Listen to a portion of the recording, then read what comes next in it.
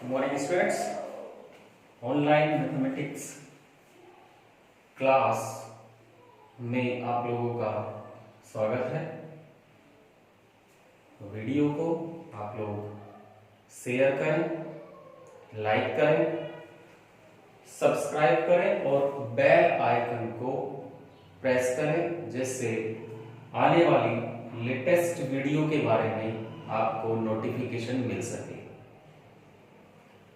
तो matrix chapter जो आपने लास्ट क्लास में स्टार्ट किया, उसको आगे बढ़ाते हुए आज हम बात करेंगे ट्रांसपोज ऑफ अ मैट्रिक्स, आव्यूह का परिव्रत। तो जो ट्रांसपोज ऑफ अ मैट्रिक्स होता है, transpose of a matrix means वो प्रोसेस जिसमें किसी गिवन मैट्रिक्स के रो और कॉलम को एक दूसरे से इंटरचेंज कर दिया जाता है, उसे हम ट्रांसपोज ऑफ अ मैट्रिक्स बोलते हैं। Right, we have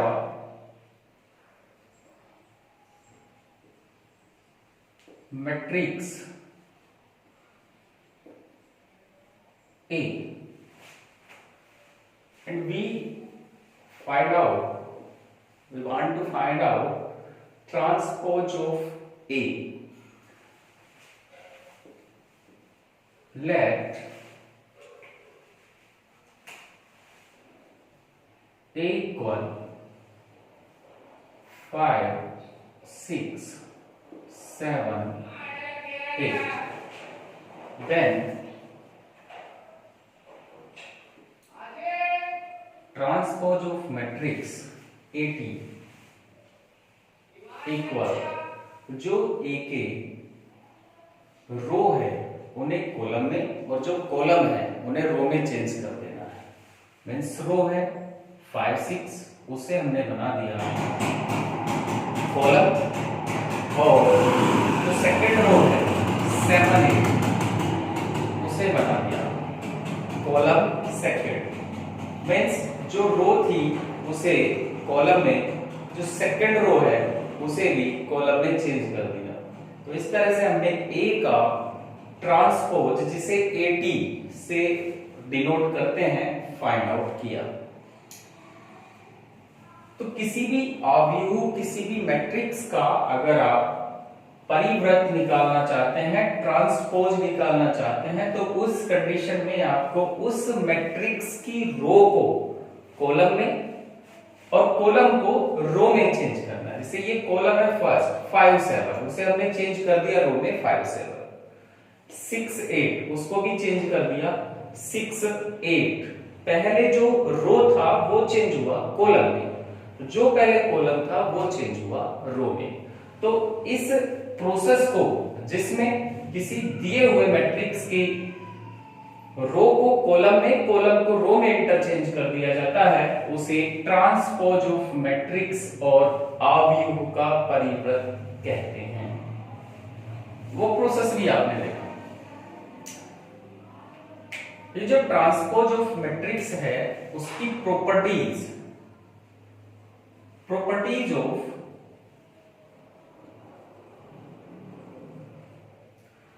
transpose of matrix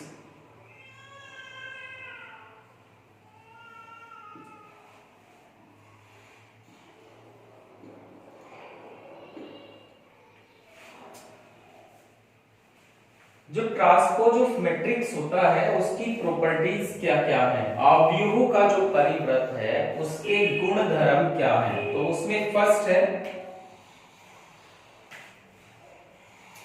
अगर आपके पास मैट्रिक्स A है और आपने उसका ट्रांसपोज निकाला, इस ट्रांसपोज को AT और A डैश से भी डिनोट किया जाता है। किसी भी मैट्रिक्स के ट्रांसपोज को या परिव्रत को डिनोट करने के 2 मेथड हैं। One is A power T means AT, transpose of matrix A dash transpose of matrix A। अगर आपके पास फर्स्ट प्रॉपर्टी हम देख रहे हैं ए डैश है, ए का ट्रांसपोज और उसका भी डैश है, मींस मैट्रिक्स ए के ट्रांसपोज का भी ट्रांसपोज आपको निकालना है तो वो इक्वल होता है ए। मींस अगर किसी मैट्रिक्स का ट्रांसपोज निकाला और उसका भी ट्रांसपोज निकाला तो वो इक्वल ए के आ जाता है। सेकंड, अगर आपके पास कोई स्केलर है k और उसका मैट्रिक्स A के साथ मल्टीप्लाई किया गया है और होल का डैश आपको निकालना है। डैश मींस यहां पर है ट्रांसपोज ऑफ मैट्रिक्स और परिव्रत और मैट्रिक्स, परिव्रत और किसके लिए, अवयवों के लिए। तो ये इक्वल होता है k, स्केलर पर इस ट्रांसपोज का कोई इफेक्ट नहीं पड़ता और साथ में a डैश। थर्ड होता है इसमें a plus B whole dash. अगर आपके पास टू मैट्रिसेस हैं, फर्स्ट a सेकंड b, दोनों का होल डैश आप निकाल रहे हैं, दोनों को प्लस करने के बाद जो मैट्रिक्स आता है उसका आप ट्रांसपोज निकाल रहे हैं, परिव्रत निकाल रहे हैं, तो वो इक्वल होता है a dash plus b dash. Means a का भी ट्रांसपोज प्लस बी का भी ट्रांसपोज। फोर्थ, अगर आपके पास दो मैट्रिक्स हैं, you have two matrices, first is A and second is b and whole dash, means a matrix and B matrix, दोनों के मल्टीप्लिकेशन से जो मैट्रिक्स मिलता है उसका भी अगर आप डैश निकालना चाहते हैं तो इक्वल होता है b dash into a dash. तो ये फोर प्रॉपर्टीज हैं जो रिलेटेड हैं ट्रांसपोज ऑफ मैट्रिक्स से। ये जो चार यहां पर गुणधर्म दिए गए हैं ये किसी आव्यूह के परिव्रत के गुणधर्म हैं। तो आव्यूह के परिव्रत के लिए ये सभी ट्रू है, जिसे आप क्वेश्चन के लिए यूज करेंगे एक्सरसाइज में। एक बार फिर से अगर रिवाइज करें तो ट्रांसपोज ऑफ अ मैट्रिक्स या आव्यूह का जो परिव्रत होता है, दिए हुए आव्यूह के रो को कॉलम में, कॉलम को रो में इंटरचेंज करने के बाद मिल जाता है, जिसे a t से हम डिनोट करते हैं और a डैश से भी डिनोट करते हैं। तो ये थ्योरी है, कॉन्सेप्ट है ट्रांसपोज ऑफ मैट्रिक्स का।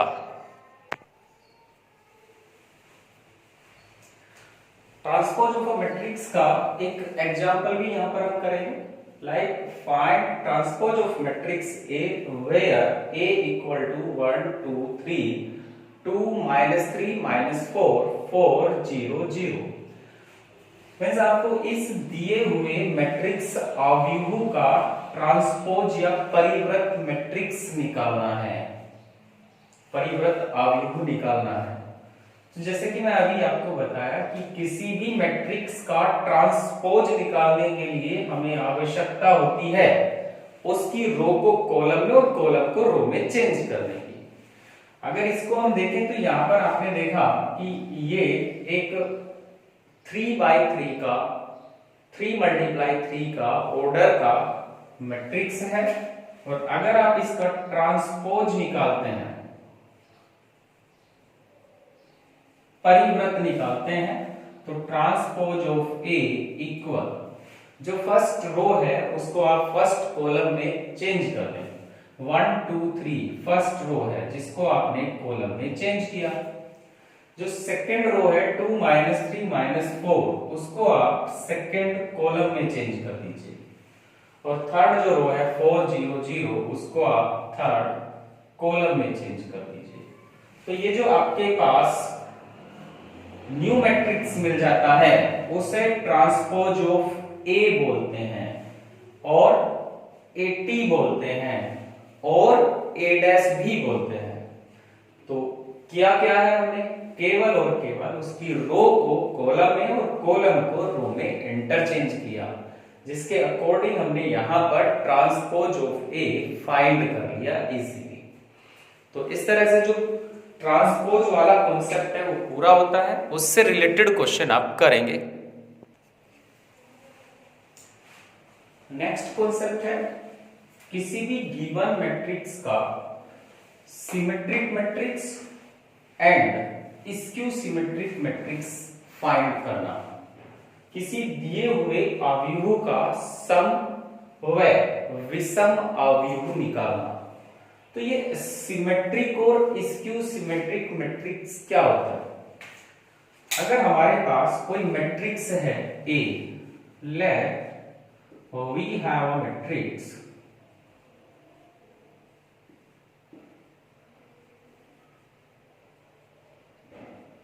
A. If A dash means transpose of A equal आता है A। अगर हमारे पास कोई एक मैट्रिक्स A है और उसका हम निकालते हैं A dash means transpose of matrix A, मतलब उसका परिव्रत निकाला जाता है। जैसे लास्ट कॉन्सेप्ट में आपको बताया, उसके A के रो को कॉलम में, कॉलम को रो में इंटरचेंज करते हैं तो उससे A डैश जो निकलता है वो भी ऐसा निकलता है कि वो गिवन दिए हुए मैट्रिक्स के इक्वल ही आ जाए। तब हम बोलते हैं कि ये जो गिवन मैट्रिक्स A है वो एक सिमेट्रिक मैट्रिक्स है। Means if we have a matrix A और A dash equal to A, then A is a symmetric matrix.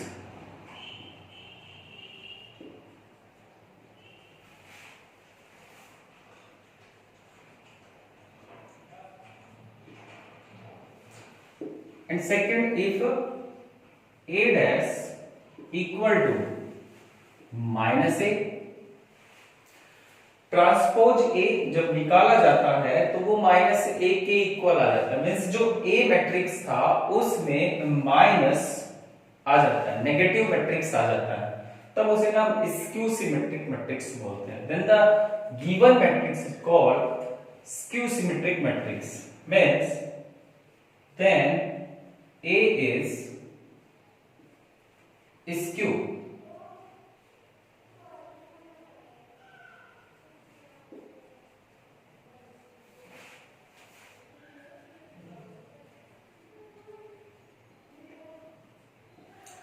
इस तरह से टू टर्म और आपके क्लियर हो गई, symmetric matrix, skew symmetric matrix. Symmetric में आपको बताया गया अगर A डैश निकाला जाए वो A के इक्वल आ जाए तो आप बोलेंगे दिस इज सिमेट्रिक मैट्रिक्स।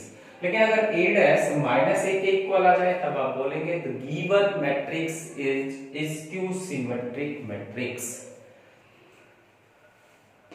सम और विषम अवयव। सम अवयव अगर A डैश A के इक्वल हो, विषम अवयव सममित अवयव बोल देते हैं, सममित अवयव A dash equal to A और विषम सममित अवयव A dash equal to minus A। इस तरह से हम किसी भी गिवन मैट्रिक्स का सिमेट्रिक मैट्रिक्स, सममित अवयव और विषम सममित अवयव या स्क्यू सिमेट्रिक मैट्रिक्स फाइंड कर सकते हैं, निकाल सकते हैं। Next, representation of a given matrix into symmetric and skew symmetric matrix.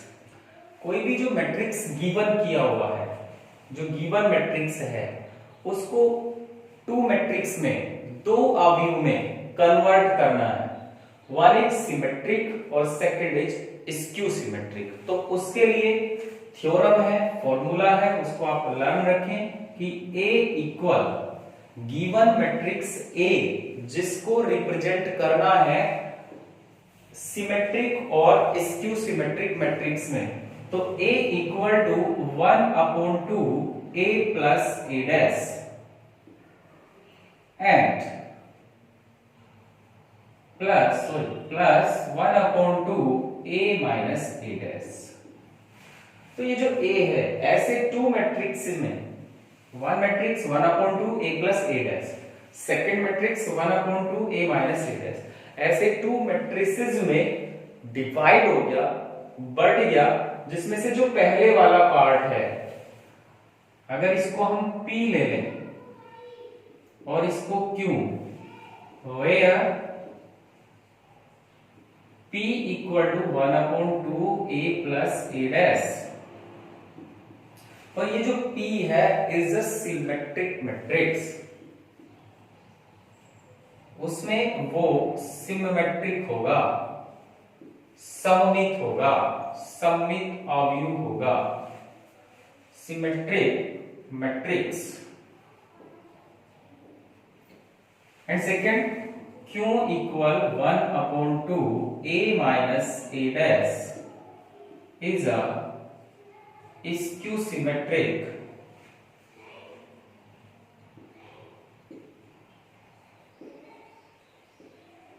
Matrix. मतलब अगर आपके पास एक मैट्रिक्स A गिवन कर दिया जाता है 2x2 ऑर्डर का, 3x3 ऑर्डर का, तो उसको अगर आप सिमेट्रिक और स्क्यू सिमेट्रिक में चेंज करना चाहते हैं तो उसे A से पहले आप A डैश निकालिए, A और A डैश को दोनों को प्लस करके उसे 1/2 मतलब 2 से डिवाइड कीजिए। ऐसे ही यहाँ पर A माइनस A डैश, और ये पूरा कंप्लीट अगर सोल्व किया जाएगा तो तब भी इक्वल रहेगा A के। वो आप देख ही सकते हैं 1/2 A मल्टीप्लाई अगर हम करें plus A dash upon 2 plus 1/2 A minus 1/2 A dash. ये माइनस वाला पार्ट कैंसिल हो गया, 1/2 A plus 1/2 A means half और हाफ इक्वल टू 1A। लेकिन इसको रिप्रेजेंट कर दिया गया इस वाले पार्ट में और इस वाले पार्ट में, जिसमें कि ये वाला पार्ट अगर उसको P लिया जाए तो वो एक सिमेट्रिक मैट्रिक्स होगा। मतलब अगर P का भी डैश निकाला जाए, परिव्रत ट्रांसपोज निकाला जाए, तो वो P के ही इक्वल आ जाएगा। और अगर Q का निकाला जाता है ट्रांसपोज तो वो माइनस Q के इक्वल होता है, तब हम बोलते हैं इज अ स्क्यू सिमेट्रिक। मतलब ये स्क्यू सिमेट्रिक है, इसका ट्रांसपोज अगर निकाला जाएगा तो माइनस Q, इसका ट्रांसपोज अगर निकाला जाएगा तो P के इक्वल आएगा। तो किसी भी गिवन मैट्रिक्स को अगर हम रिप्रेजेंट करना चाहते हैं, तोड़ना चाहते हैं, उसमें से निकालना चाहते हैं ऐसे दो मैट्रिक्स जो कि एक सममित हो और दूसरा विषम सममित हो, एक स्क्यू एक सिमेट्रिक हो और दूसरा स्क्यू सिमेट्रिक हो, तो उसके लिए ये वाला प्रोसेस हम यूज करते हैं, ये वाली थ्योरम हम अप्लाई करते हैं, तब हम फाइंड कर पाते हैं किसी भी गिवन मैट्रिक्स को in the form of a symmetric and second skew symmetric matrix.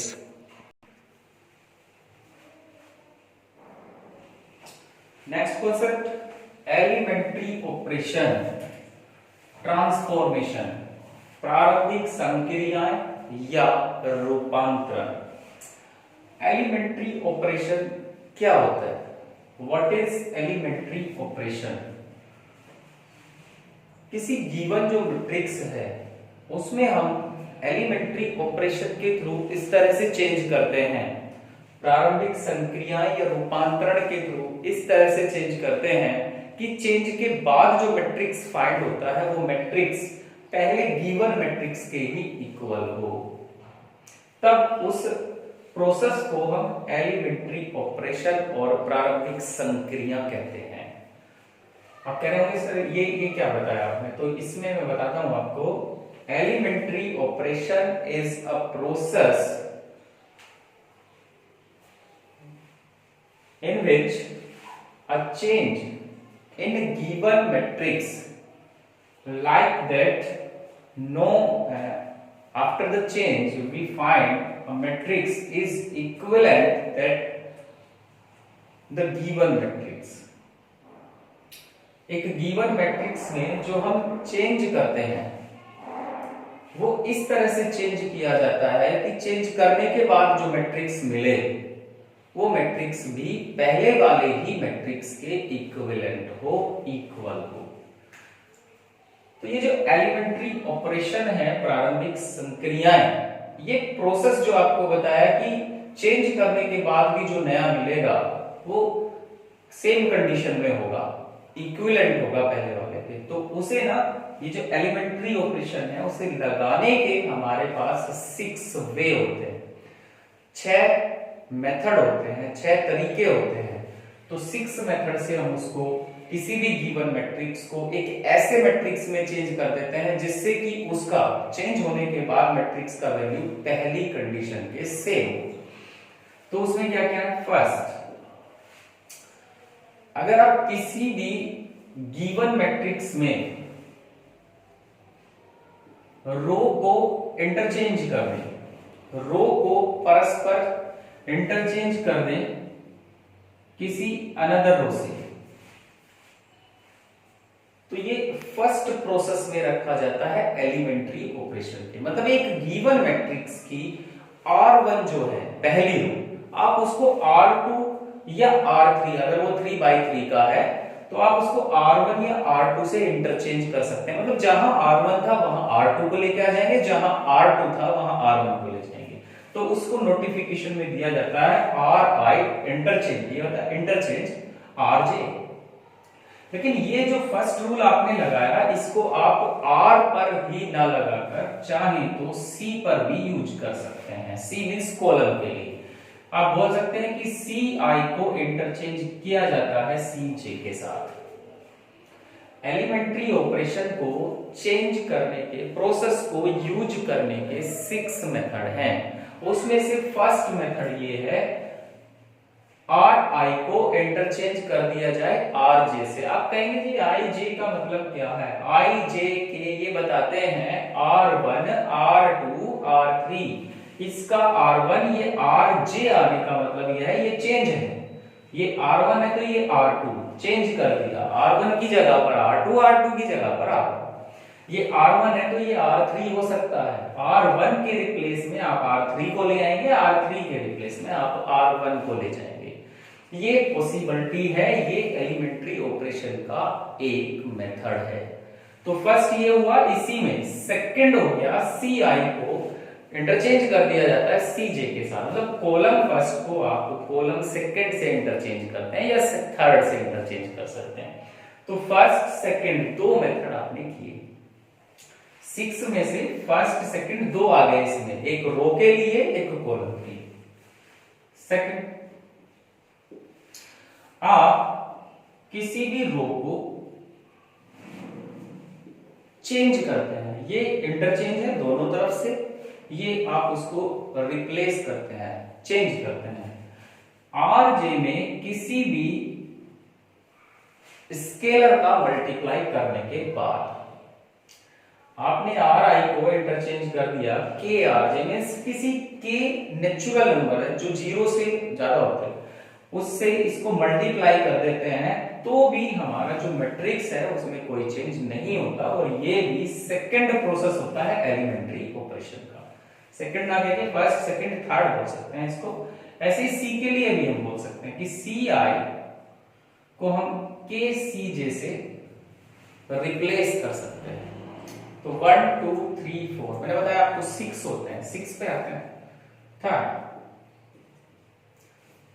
दोनों को मिला के 6 हो जाएंगे। एक रो के लिए, दूसरा रो के लिए, तीसरा रो के लिए, फर्स्ट, सेकंड और थर्ड, इस तरह से मिला के 6 हो जाएंगे। तो ये 6 ऑपरेशन एलिमेंट्री ऑपरेशन के पार्ट होते हैं, प्रारंभिक संक्रियाओं की क्रियापद होते हैं, जिसको यूज करके हम एलिमेंट्री ऑपरेशन को फॉर्म करते हैं, लगाते हैं, अप्लाई करते हैं। तो ये क्या है कि RI को अब की बार इंटरचेंज किया जाता है। किस तरह से कि यहां हम RI रखते हैं, खुद वही रो जिसमें हम चेंज कर रहे हैं, प्लस में KRJ रख लेते हैं। मींस ऐड कर दिया जाता है उस RI में। अगर इसको मैं 1 लूं और इसको 2, तो यहाँ R1 जो होगा उसे नेक्स्ट स्टेप में इस तरह से चेंज करेंगे कि यहाँ R1 आए, प्लस में K की मल्टीप्लाई R2 में करके उसे ऐड किया जाता है। ऐड करने के बाद जो रिजल्टिंग मैट्रिक्स होगा, it is also equivalent to given matrix, जो पहले वाला था उसी के बराबर वो होगा। या फिर ये फिफ्थ हो गया, कॉलम में भी आप ऐसे ही चेंज कर सकते हैं कि जो CI है वो हो जाता है CI प्लस K CJ। मतलब CI से मतलब है कॉलम 1, कॉलम 2, कॉलम 3। अगर हम यहां 1 ले रहे हैं तो C1 चेंज हो जाएगा नेक्स्ट वाले मैट्रिक्स में एलिमेंट्री ऑपरेशन के थ्रू C1 प्लस के इसको ले सकते हैं C2 या फिर C3 जो भी अवेलेबल है। 1 नहीं लेना, C1 यहां नहीं आएगा और उसमें के की मल्टीप्लाई करके तब इसको ऐड करके C1 के रिप्लेस में रख दिया जाएगा और चेंज केवल CI में या C1 में रहेगा। तो ये 6 एलिमेंट्री ऑपरेशन के प्रोसेस हैं जिसको हम अप्लाई करके एलिमेंट्री ऑपरेशन को अप्लाई करते हैं। बहुत ही इंपॉर्टेंट है, इसका एक क्वेश्चन 6 मार्क्स वाले में आता ही आता है। इसमें तो क्वेश्चन इसमें से बनता ही बनता है, तो इसे आपको बहुत ही ध्यान से करें और ये जो 6 स्टेप हैं इसके उनको अच्छे से तैयार भी कर लें। इसका यूज कैसे किया जाता है उसके लिए हम नेक्स्ट आगे देखेंगे। नेक्स्ट कॉन्सेप्ट इनवर्टिबल मैट्रिक्स, प्रतिलोमीय या व्युत्क्रमणीय आव्यूह। तो जो इनवर्टिबल मैट्रिक्स होता है वो क्या होता है? What is invertible matrix? If we have a matrix A of order n,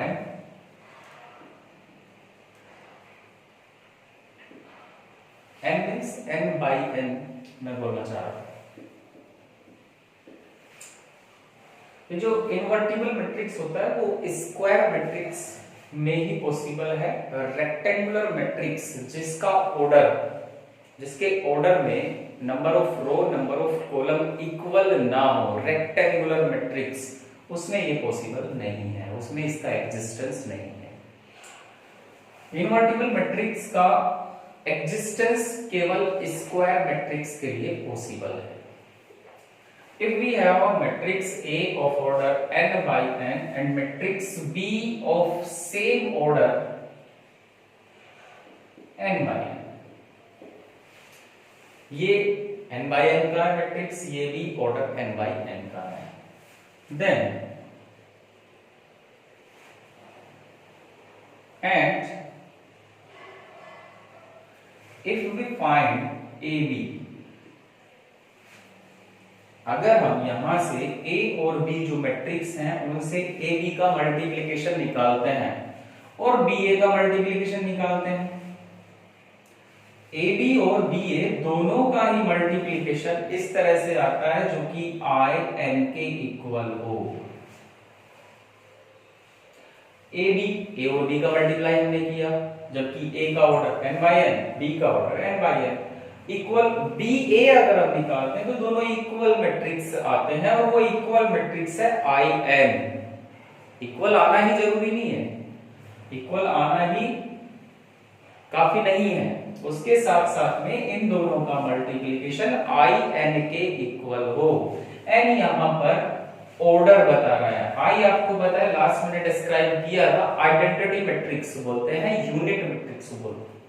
तो आइडेंटिटी मैट्रिक्स क्या होता है? इसी n ऑर्डर का वो एक ऐसा मैट्रिक्स हो जिसे हम आइडेंटिटी मैट्रिक्स बोलते हैं, लाइक दिस 2 by 2 के लिए आइडेंटिटी मैट्रिक्स है ये। अगर 3 by 3 की बात करें, 3 गुना 3 क्रम की बात करें तो 1 0 0 0 1 0 0 0 1, मतलब 1 उसका डायगोनल रहता है, रिमेनिंग सारे एलिमेंट्स उसके 0 होते हैं। तो ये AB equal to BA equal to IN को अगर सेटिस्फेक्शन दे, then we can say A is invertible matrix of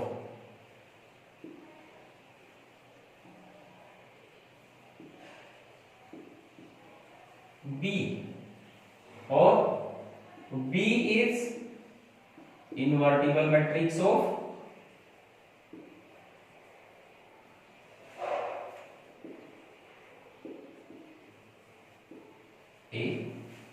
या तो आप ऐसा बोल सकते हैं कि A B का व्युत्क्रमणीय आव्यूह है, या फिर आप ऐसा बोल सकते हैं कि B A का व्युत्क्रमणीय आव्यूह है। इनवर्टिबल मैट्रिक्स है, तो इनवर्टिबल मैट्रिक्स क्या हुआ, क्या समझ में आया आपको? Invertible matrix is that matrix which according that we have two matrix A and B of same order and multiplication of A and B equal to multiplication of B and A equal to identity matrix of same order। then A and B both are the invertible matrix of each other. A B के लिए और B A के लिए। अगर हम A B निकालें और B A निकालें, दोनों इक्वल हो, और इक्वल होने के बाद भी उस मैट्रिक्स का वैल्यू एक ऐसे मैट्रिक्स के इक्वल होता है जिसे हम आइडेंटिटी मैट्रिक्स बोलते हैं, तो उस कंडीशन में A को B का और B को A का इनवर्टिबल मैट्रिक्स बोला जाता है। तो ये इनवर्टिबल मैट्रिक्स का कॉन्सेप्ट आपको बताया गया। नेक्स्ट में देखेंगे, next topic will to find invertible matrix of a given matrix by elementary operation. एक दिए हुए मैट्रिक्स के लिए इनवर्टिबल मैट्रिक्स आपको फाइंड करना है, और उसमें जो आपको प्रोसेस यूज करेंगे वो एलिमेंट्री ऑपरेशन को यूज करेंगे। एक जो दिया हुआ आव्यूह है, उस आव्यूह के लिए प्रतिलोमीय आव्यूह आपको निकालना है, वो भी प्रारंभिक संक्रिया या रूपांतरण के द्वारा। सबसे पहले तो अभी हमने लास्ट में भी बात की, इनवर्टिबल जो मैट्रिक्स होता है वो यूनिक होता है। किसी भी मैट्रिक्स के लिए अगर इनवर्टिबल मैट्रिक्स निकाला जाए तो वो यूनिक होता है। दूसरी बात, क्या वो एग्जिस्ट करेगा? जैसे 3.4 एक्सरसाइज की हम बात करते हैं, 3.3 एक्सरसाइज आपको खुद करना है, उसमें जो भी डाउट रहे उसे आप कमेंट बॉक्स में डाल देंगे, मैसेज कर देंगे व्हाट्सएप नंबर पर, तो आपको उसको फिर सोल्व कराया जाएगा। अदरवाइज 3.3 जो कॉन्सेप्ट आपको बताया गया उसी के बेस पे आपको करना है। तो 3.4 में है, by elementary operation find invertible matrix of given matrices if it is exist। अगर इसका अस्तित्व है तो आप उसका इनवर्टिबल मैट्रिक्स फाइंड कीजिए, व्युत्क्रमणीय आव्यूह निकालिए। अब सबसे पहली बात यह है कि वो एग्जिस्ट कब करता है और कब नहीं करता। क्वेश्चन फर्स्ट ले रहे हैं, एक्सरसाइज 3.4 में फर्स्ट क्वेश्चन है जिसमें एक मैट्रिक्स आपको गिवन किया गया है, और हमने लेट कर लिया कि ये जो मैट्रिक्स है वो A है, और उसके जो एलिमेंट्स हैं वो 1 -1 2 और 3 है। इस मैट्रिक्स का, इस गिवन मैट्रिक्स का इनवर्टिबल मैट्रिक्स आपको निकालना है, फाइंड करना है। उससे पहले आप ये देखिए कि क्या इसके इनवर्टिबल मैट्रिक्स का एग्जिस्टेंस है। तो इस एग्जिस्टेंस को चेक करने के लिए आप इस पे एलिमेंट्री ऑपरेशन लगाएंगे। अगर उस एलिमेंट्री ऑपरेशन लगाने के दौरान उसके साथ किसी भी एक स्टेप में इसके 2 रोज, एक से ज्यादा जो इसकी पंक्तियां हैं, या फिर 2 कॉलम में एवरी एलिमेंट 0 हो जाता है, तब आप बोलते हैं कि इस मैट्रिक्स का इनवर्टिबल मैट्रिक्स नहीं निकाला जा सकता। क्या बताया मैंने? इसका एक रो, एक से ज्यादा रो मतलब 2 रो के सारे एलिमेंट 0 हो जाए, या फिर 2 कॉलम के सारे एलिमेंट 0 हो जाए। अगर ऐसा हो रहा है तो इसका इनवर्टिबल मैट्रिक्स नहीं निकाला जा सकता, वो एग्जिस्ट नहीं करेगा। और अगर आप एलिमेंट्री ऑपरेशन लगा रहे हैं जो मैं अभी आपको पीछे बताया था, और उसके दौरान कहीं भी 2 रोज या 2 कॉलम का एवरी एलिमेंट 0 नहीं होता है, तो you can say that invertible matrix is possible to find out. तो कैसे हम उसको फाइंड करते हैं? एलिमेंट्री ऑपरेशन से, जो अभी बताया गया था। एलिमेंट्री ऑपरेशन में आपको 6 प्रोसेस बताए थे जिसके थ्रू हम एलिमेंट्री ऑपरेशन को यूज करते हैं, तो उसको देख लेते हैं। तो A आ गया 1 -1 2 और 3। ये जो मैट्रिक्स हमें गिवन किया गया है 2/2 का है, इसको हमें एलिमेंट्री ऑपरेशन के थ्रू इनवर्टिबल मैट्रिक्स फाइंड करना है। तो इनवर्टिबल मैट्रिक्स फाइंड करने के लिए जब हम एलिमेंट्री ऑपरेशन यूज करते हैं तो उसके लिए हम A = IA वाली प्रॉपर्टी लगाते हैं। ये वैसे प्रॉपर्टी क्या है, आप मेरी बात ध्यान से समझें कि जो भी मैट्रिक्स होता है अगर उसे आइडेंटिटी मैट्रिक्स से मल्टीप्लाई किया जाए तो ईच केस में हमें A मिल जाता है। इसे AI = I और IA = AB राइट किया जा सकता है, क्योंकि यहाँ A का I से, जबकि ये दोनों सेम ऑर्डर के हो, यहाँ भी दोनों सेम ऑर्डर के हो, तो कंडीशन हमें A मिलती है। तो अगर आप यहाँ पर एलिमेंट्री ऑपरेशन को लगा रहे हैं तो आप a इक्वल टू आई ए लेंगे। एक और नोटिस करने वाली बात, अगर आप a इक्वल टू आई ए ले रहे हैं तो आप यहाँ जो प्रोसेस लगाएंगे वो रो पर लगाएंगे, लेकिन अगर आप a इक्वल टू ए आई वाला कंडीशन लेते हैं तब आप प्रोसेस कॉलम पर लगाएंगे। समझने वाली बात है, ध्यान से समझेंगे बात। अगर आपने यहाँ a इक्वल टू आई ए लिया तो जो एलिमेंट्री ऑपरेशन लगेगा वो केवल और केवल रो पर लगेगा, कभी भी आप उसमें c को चेंज नहीं करेंगे, कॉलम को चेंज नहीं करेंगे। इसके अपोजिट अगर आप ऐसे लेते हो कि a इक्वल टू ए आई होता है, ये भी a है, लेकिन इस कंडीशन में कभी भी आप रो पर ऑपरेशन नहीं करेंगे, r को चेंज नहीं करेंगे, केवल चेंज करना है किसको, c को इस कंडीशन में, और यहां चेंज करना है r को। तो यहां जो आपने लिया है उसको हम r से पूरा करेंगे। तो a इक्वल टू आई ए हो गया, इसमें आपने a को रखना है, a आपको गिवन है क्या 1 माइनस 1 2 3, i आपको पता है कितना होता है, i होता है आइडेंटिटी मैट्रिक्स जिसके डायगोनल का वैल्यू 1 1 होता है। ये मैट्रिक्स 2/2 का है तो i को भी आप 2/2 का एक आइडेंटिटी मैट्रिक्स ले लेंगे, और इसके साथ ये जो a है उसका वैल्यू आपको नहीं रखना है। Got it, clear?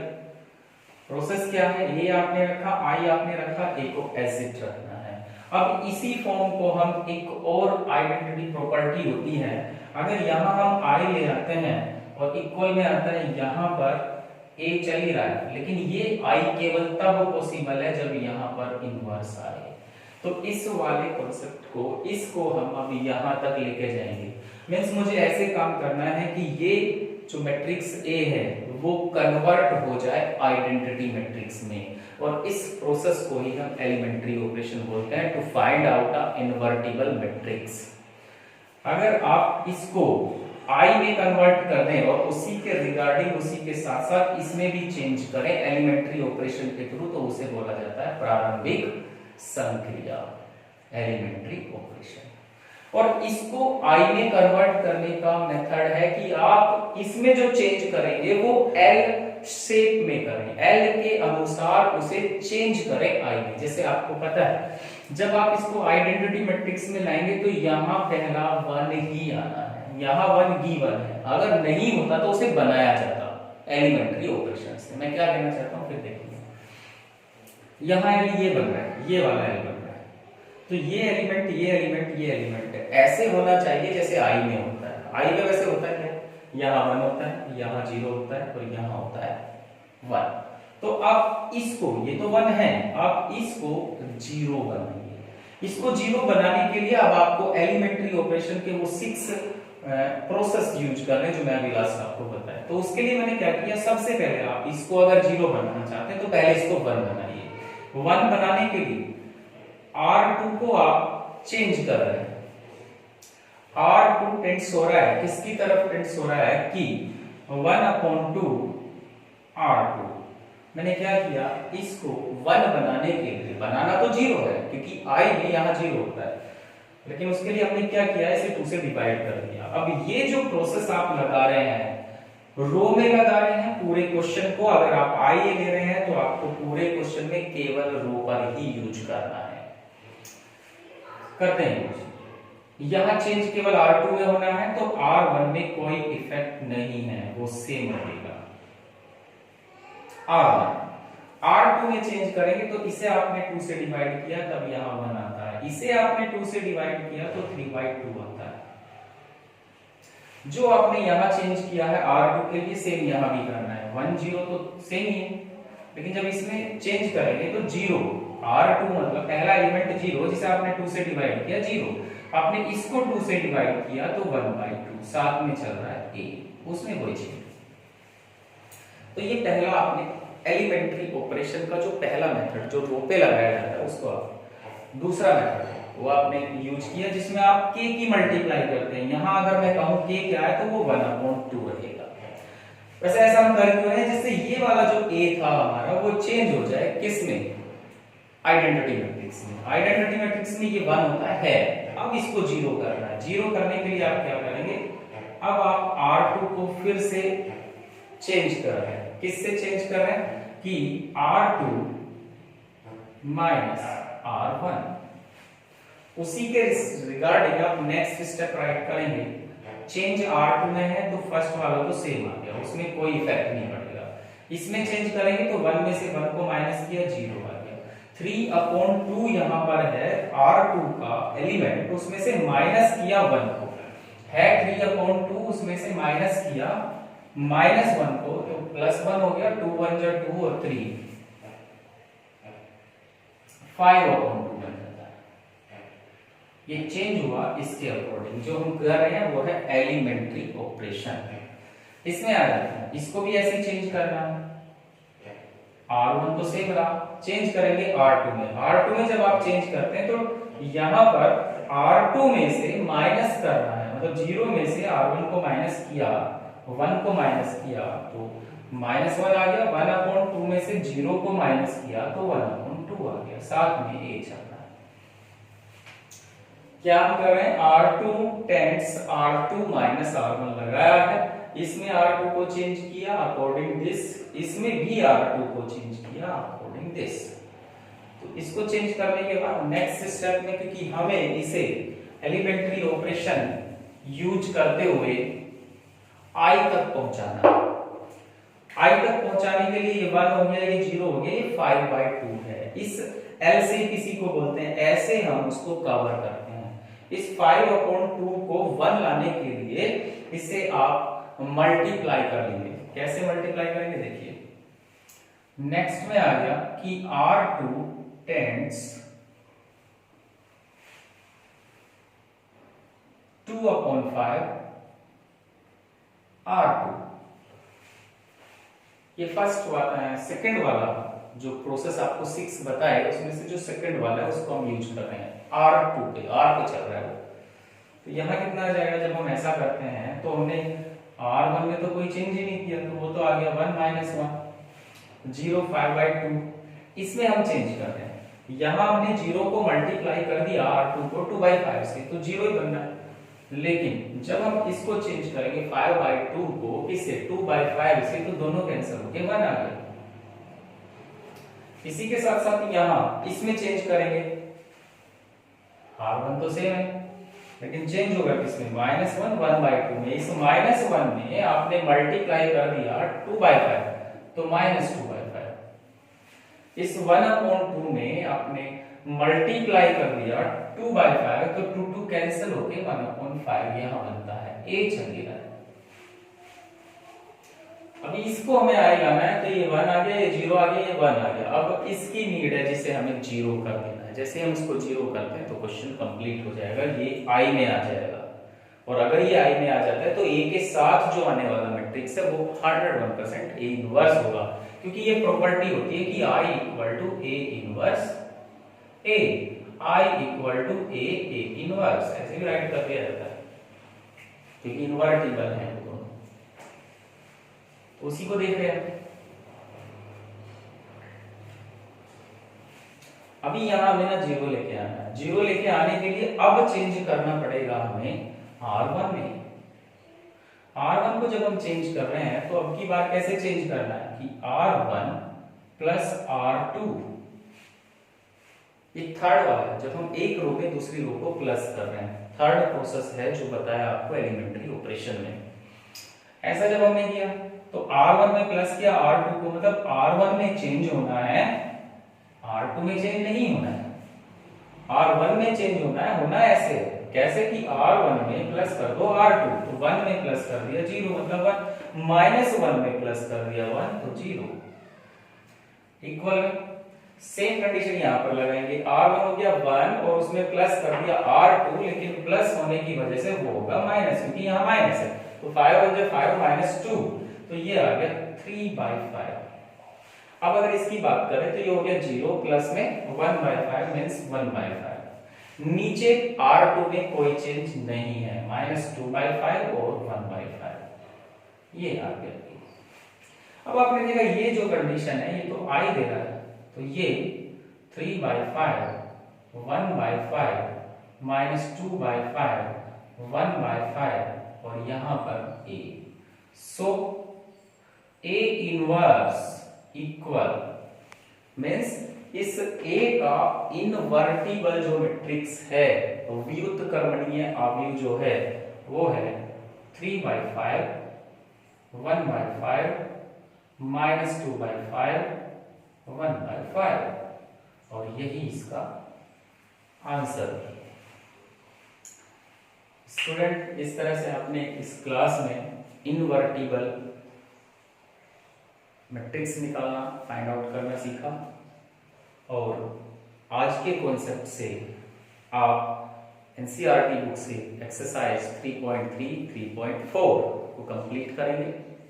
अभी हमने इनवर्टिबल जो मैट्रिक्स निकालना सीखा है वो 2/2 का, 3/3 का और थोड़ा सा लेंदी हो जाता है, लेकिन प्रोसेस उसमें भी हमें यही एल शेप वाला यूज करना होता है। इस तरह से हम उसके एलिमेंट्स को लेते हैं एल के अकॉर्डिंग और उनको एज अ आइडेंटिटी मैट्रिक्स में चेंज करने की कोशिश करते हैं। उसके थ्रू जैसे ही वो आई बन जाता है तो ए के साथ वाला हमारे पास ए इनवर्स बन जाता है। तो आप 3.3 एक्सरसाइज, 3.4 एक्सरसाइज को कंप्लीट करें। अगर ये हो जाता है तो मिसलेनियस के भी कुछ क्वेश्चन करने की कोशिश करें। बाकी जो रिमेनिंग क्वेश्चन है उसको आप कमेंट बॉक्स में राइट कर दें। मैं जो व्हाट्सएप का ग्रुप है उसमें मैसेज कर दें। जो भी क्वेश्चन रह जाता है उसको नेक्स्ट क्लास में, एक क्लास और रहेगी इसकी मैट्रिक्स की, कंप्लीट कर दिया जाएगा। और वीडियो को लाइक, शेयर, सब्सक्राइब करना ना भूलें। लाइक जरूर करें, शेयर जरूर करें, सब्सक्राइब जरूर करें चैनल को और बेल आइकन को प्रेस करें, जिससे आने वाली लेटेस्ट ऑनलाइन मैथमेटिक्स चैनल पर जो क्लासेज होंगी वो आपके पास उसका नोटिफिकेशन आ सके और आप उसको देख पाए। Thank you.